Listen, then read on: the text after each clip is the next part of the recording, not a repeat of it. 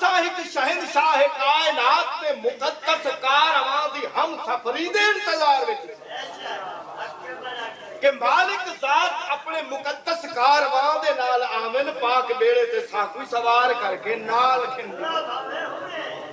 ہونے بالکل صحیح سمجھئے لیکن ان دی مناسبت نال جڑی اسا تیاری کرنی ہے کیا اسا تیاری کر چکے کیونکہ وہ کارواں دے وچ ہر فرد متقی ہو سی پرہیزگار ہو سی پاک دامن ہو سی جملہ خصوصیات حسنہ خصائص حسنہ جڑے ہیں ان دے وچ موجود ہو سی سمجھئے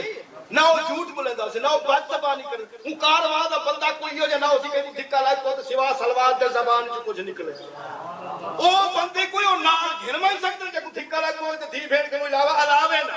اس سارے اپنے ماحول دے وچ دیکھو کہیں کوئی اگر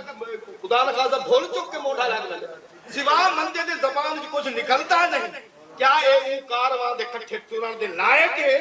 وہ پاک قافلہ جو پاک و پاکیزہ ہو جی وہ قافلے نال اسا کرنی ہے شرکت اون دے وچ ہر شخص جفاکش محنتی ہو پاک دامن ہو یہ ساریاں چیزاں اون دے وچ جملہ خصوصیات حسنہ